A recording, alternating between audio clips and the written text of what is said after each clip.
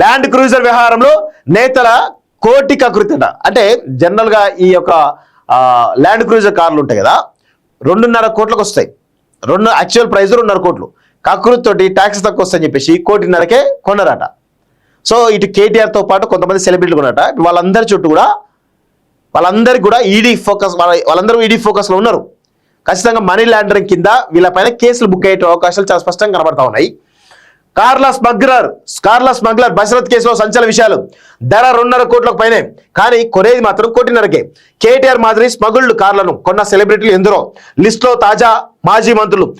America జపాన్లో luxury వాహనాలు కొని దుబాయ్ శ్రీలంక మీదుగా భారత్కు చేర్చిన బషారత్ కోటి వరకు తగ్గడంతో ఎగబడి కొన్న ప్రముఖులాట. సో 1 కోటి రూపాయలు తక్కువ వస్తుంది కదా అని వీళ్ళందరూ కూడా దోచుకున్నదే ప్రజల సొమ్ము. దానిలో ఇంకా ఈ దొంగతనం ఒకటి, ట్యాక్స్ రేట్ కూడా ఎగ్గొట్టడం ఒకటి. అసలు ట్యాక్స్లు ఎట్లా ఎగ్గొడతారు వీళ్ళంతా అంటే చూడండి, ఒకసారి చూద్దాం క్లియర్గా. దీనిలో చాలా డీటెయిల్స్ కూడా ఉంటాయి. కాసులున్నలకే కకృతి ఎక్కువ అనేది నానుడి. కార్ల స్మగ్లర్ల నుంచి రాజకీయ నాయకులు, సెలబ్రిటీలు తక్కువ ధరకు వస్తున్నాయని విదేశీ కార్లను కొనడమే ఇందుకు నిదర్శనం చేస్తున్నది. సో తప్పని తెలిసినా దొరికినప్పుడు చూసుకుందాంలే అన్నట్టుగా బడాబాబులు స్మగ్లర్ల నుంచి ఖరీదైన విదేశీ లగ్జరీ కార్లు కొని రయ్యమని తిరుగుతున్నారు. ఆ లిస్టులో బీఆర్ఎస్ వర్కింగ్ ప్రెసిడెంట్ కేటీఆర్ కూడా ఉన్నారన్న విషయం ఈ మధ్య బయటపడింది. అలా తీగలాగితే లిస్టులో తాజా మాజీ మంత్రులు కూడా ఉన్నట్టు తెలిసింది. మాజీ మంత్రులు ఎవరు మరే? నాకు తెలిసి చాలా మంది ఉంటారు. చూద్దాం. గుట్టంతా బయటపెట్ట కేంద్ర మంత్రి బండి సంజయ్ ఇటీవల ఈ సంచలన విషయాన్ని బయటపెట్టారు. కేటీఆర్ వాడుతున్నటువంటి land cruiser car smuggler Basharat Ahmed Khan అమ్మిందేనని చెప్పారు. డిఆర్ఐ అధికారుల దర్యాప్తులో ఇది స్పష్టమైందని తెలిపారు. ఎట్ హోమ్ హాస్పిటల్ సర్వీస్ పేరుతో రిజిస్టర్ అయిన ఈ కారును కేటీఆర్ ఉపయోగించుకున్నట్లు తెలిపారు.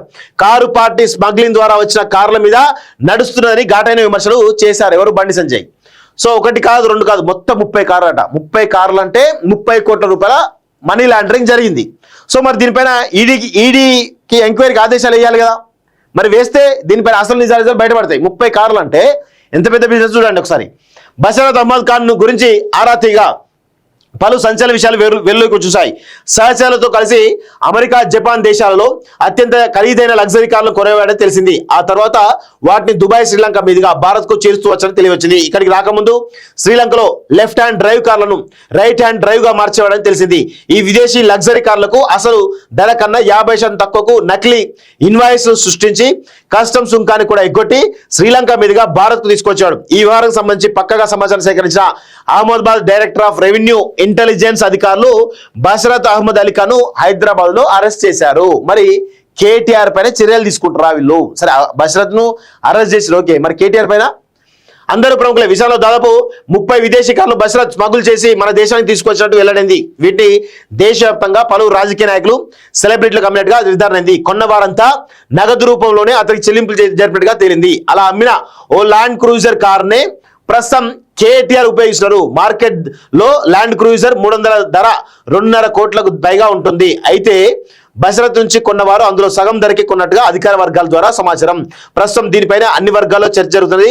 కోట్ల రూపాయల ఆస్తులు, సంపాదన ఉన్న తక్కువ ధరకు వస్తున్నాయని స్మగ్లర్ నుంచి కార్లు కొనడం ఏంటని పలువురు ప్రశ్నిస్తున్నారు. నలుగురికి ఆదర్శంగా ఉండాల్సిన వారే ఇలా వ్యవహరించడం ఏంటని విమర్శిస్తున్నారు. సో కేటీఆర్ మాదిరి తాజా మంత్రులు కూడా ఇలాగే కార్లు కొన్నట్లు సమాచారం అంటూ చూస్తాను. సో అయితే విషయం ఏంటంటే, ఇప్పుడు కేటీఆర్ పరిస్థితి ఏంటంటే, ఇటు ఫార్ములా ఈ రేస్ కేసులో ఉచ్చుబిస్తున్నది, ఇప్పుడు ఈ లగ్జరీ కార్ల స్కామ్ లో ఉచ్చుబిస్తున్నది. ఇక ఆయనను కాపాడే నాజు లేడు. 100% ఈ 2 అంశాలలో అరెస్ట్ అవుతాడు. ఒక్కసారి అరెస్ట్ ఏంటంటే 1-2 నెలలు వరకు బెయిల్ రాకుండా పరిస్థితి కనబడుతుంది. ఈ 2 కేసులు కూడా బుక్ అయ్యడానికి అవకాశంగా ఉన్నట్టు తెలుస్తా ఉంది.